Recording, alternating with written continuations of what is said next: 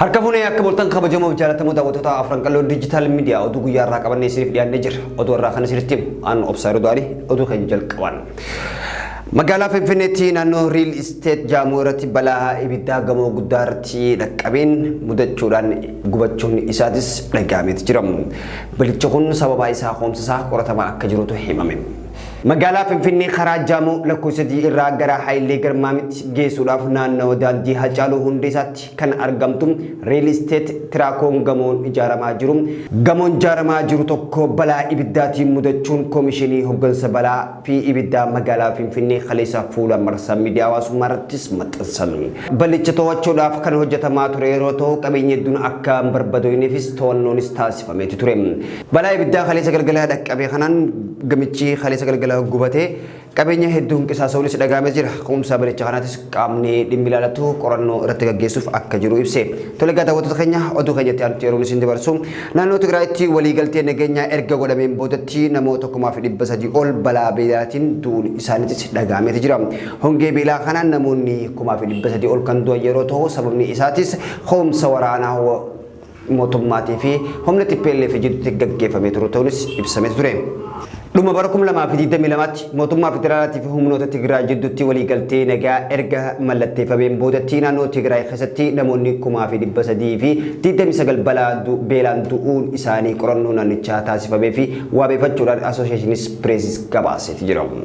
Tigraayitti sababni du'aa inni guddaan beela ta'uu qorannoon biiroon fayyaa naannichaatii fi yuunivarsiitii Maqalee waliin ta'uudhaan gaggeessanii mul'iseen akka qorannoon kun ibsutti naannichatti duutii galmaa'ee keessaa 68 kan ta'u sababa beelaan kan ta'es mudachuu isaatis eeretu jira. Erga waliigaltee keessatti ammoo naannoo Tigraay keessatti dhiyeenya kanatti ammoo guyyaa kaleessaa fi arraantana namoota lola irratti hirmaatan kan du'anis maatiitti himamaa jiraachuun oduuleen marsaa miidiyaa hawaasaatii fi akkasumas illee miidiyaaleen gurguddaan gabaasaa jiran tonis ifoomeeti jira. Tole daawwattoota keenya oduu keenya malleetti aanutti yeroon isin dabarsu magaalaa Gondar keessatti haleellaa hidhattoota fannootii fi mootummaa jidduutti gaggeeffamee lubbuun namoota hedduu dabarfamuun isaaniitis dhaga'ameeti ture. Guyyoota lamaan dabran naannoo Amaaraa magaalaa Gondar keessatti lola sa'aatii dheeraadhaaf deemaa turetti hidhattoota fannootii fi mootummaa jidduutti humni mootummaadhaatii fi jiraattonni akkasumas lubbuun namoota hedduun dabruun isaaniitis dhaga'amee ture. Lola magaalattii keessatti gaggeeffameen hidhattoonnii fi namoonni nagaa hedduunis ajjeefamuun isaaniitis himamaati jira.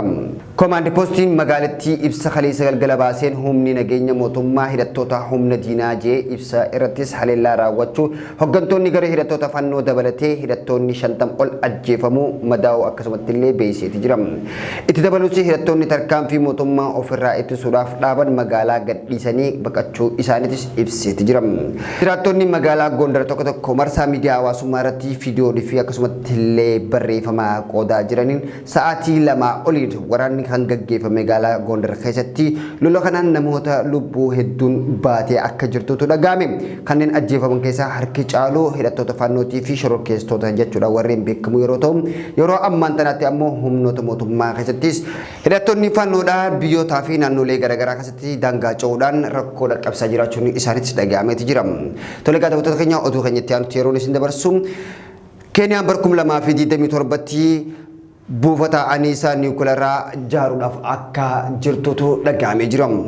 Wayita fadhiin hanga gadi lakkifamuu kaarbooniin hir'isuudhaaf dabalaa jirutti Keeniyaan bara 2027tti buufata anniisaa niwukileeraa jalqabaa ijaaruudhaaf ta'uu gabaafamee jira. Karoora isii kana hojiirra oolchuudhaaf xiyyeeffannaa bara 2021 keessa erga ejensiin anniisaa Automatic idil addunyaa ijaarsa buufatichaa eegaluu akka dandeessisu raggaasifameen booda ta'uunis kan eerame yeroo ta'u buufata anniisaa niwukileeraa biyyattiin naannawaa Kilifii fi Kawaalee jedhamanitti ijaaruudhaaf kunneen bara 2027tti kan eegalaman ta'uunis eerameeti jira. Ijaarsi buufatichaattis waggoota 6 hanga 10tti kan fudhatu yeroo ta'u akkasumatti illee meegaawaatii 1,000 maddisiisu akka danda'us ibsameeti jira. Baasii maallaqa hedduu gaafatee kan jiran ammoo buufanni anniisaa niwukileeraa kun faallaa neetworkiitii fi raabsaa elektirikii isaa fooyyeessaa akka barbaachisus The East Africaanis gabaase. Hanga ammaan tanaatti Afrikaa keessaa buufata anniisaa niwukileeraa kan qabdu Afrikaa kibbaa yeroo ta'u humna elektirikii biyya keessaa parsantii 5 kan kennaa jiru ta'uunis ibsameeti jira. Keeniyaanis ammoo akka Afrikaatti marsaa lammadaatiif kan jaaraa jirtu ta'uunis qophiidhaaf akka xumurtee jirtuuti ibsame. Tole daawwattoota keenya ammallee oduu keenyatti aanutti yeroon isin tarkaanfachiisu waraana Suudaanitti gaggeeffamaa jiru namoonni 80 akka ol ta'an Itoophiyaadhaa akka seenaa jirantu dhaga'amee jira. Waraana Suudaan keessatti ji'oota 5 oliif deemaa jiru kanaan lammiilee miliyoona 5.3 ol kan qe'ee fi qabeenya isaaniirraa biyya keessaa buqqa'anii kan jiran yeroo ta'u waajjira mirga namummoota dhaabbata mootummoota gamtoomanitti jimmata dabre akka ibsanitti torban dabre keessa qofa lammiileen Suudaan 100,000 fi 14,000 qe'ee isaaniirraa kan buqqa'an ta'uunis beeksifameeti jira. Akka gabaasa kanaatti fulbana 20 takka bara 2023 irraa eegalee lammiilee miliyoona 1 daangaa isaanii kan qaxxaamura yeroo ta'u Riippaabilikaana jiddu galeessa Afrikaa Chaad Masirii fi Itoophiyaa Suudaan kibbaatti qubatanii akka jirantu eeramee jira.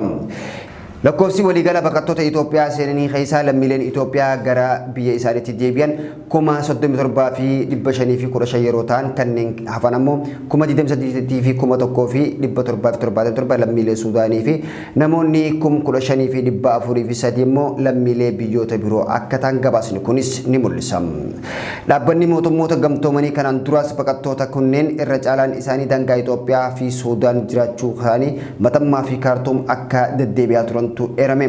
Gambirootiin eblaa hanga fulbanaatti daa'imman 1,200 ol ta'an kaambii buqqaatota Suudaan keessatti sababa dhukkuba buusaa fi hanqina nyaataatiin du'uu isaanii gabaasichiinis mul'iseeti jira. Daa'imman 55,000 ol hanqina nyaataa hamaa wal qabaniif gargaarsa hatattamaa akka barbaachisu dhaabbanni mootummoota gamtoomaniitis beeksiseeti jira. Hoggantoonni waraana biyyattii Suudaanii yeroo ammaan tana wal komachaatii fi akkaataa waraanaan injifannoo isaaniitti caanqofarrattis fuulleeffatanii kan jiran ta'uunis ibsamaati jira. Tole daawwattoota keenya oduu keenya xumuraatti yeroon isin geessu Liibiyaa bahatti dhiyeenya kanatti kan magaalaa Dernaatti balaa ganalaa mudateen kantiibaan biyyattii ammoo to'annoo jala oolfamuun isaatis beekameeti jira. Liibiyaa gama bahattiin balaa galaanaatiin cimaan dhiyeenya kana kan mudate yeroo ta'u lubbuun namoota 10,000 lakkaawamanii darbuu fi kanneen 10,000 lakkaawaman achi buteen isaanii dhabamuun wal qabate kantiibaan magaalaa balaa kanaan itti mudate Deernaa yookaan magaalattii keessatti aangaa'onni hedduun biyyattii beeyisaati jiran. Kantiibaan magaalattii Abdul Mannaan Algaahatiin qondaaltota mootummaa hedduun torban duras sababa balaa lolaa kanaatiin yookaan galaanaatiin 10,000 kan lakkaawaman miidhamanii kanaan wal qabate ammoo himannaan irrattis banamee akka jiru ta'uunis eerameeti ture. Torban dabree jiraattonni magaalaa Deernaa hiriira mormii dhageessanii mana kantiibaa ibiddaan gubuun isaanii isiniif gabaasuun keenyas ni yaadatama.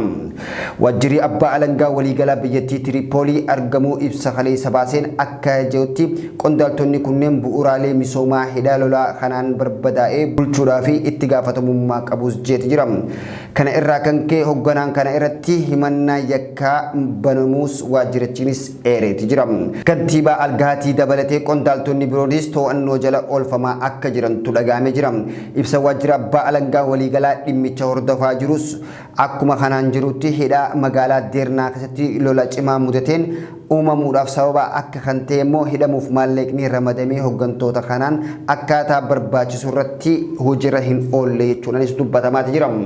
Qondaaltonni biyya bulchaa jiran aangoota isaaniitti fayyadamuudhaan wantoota misoomaaf ooluu qaban hunda hojjechuu dhabuudhaan ammoo dhimma dhuunfaa isaanii jala qabeenya biyyattii galchuudhaaf kan hojjechaa turan ta'uudhaas Association Press gabaaseeti jira. Tole daawwattoota keenya oduu guyyaa irraan tanaa qabannee isiniif dhiyaanne hanga oduu biraatti wal agarru kan nagaa walitti dhaammannu ta'a. An obsaar du'anii gama ogummaa kaameraatiin Saalah Abdulhakiim ta'uudhaan isin faana turre. Kanaaf daawwattoota keenya Afran Qaloo Diijitaal Miidiyaan hariiroo uummataatiin daawwachuu keessaniif galata qabdan.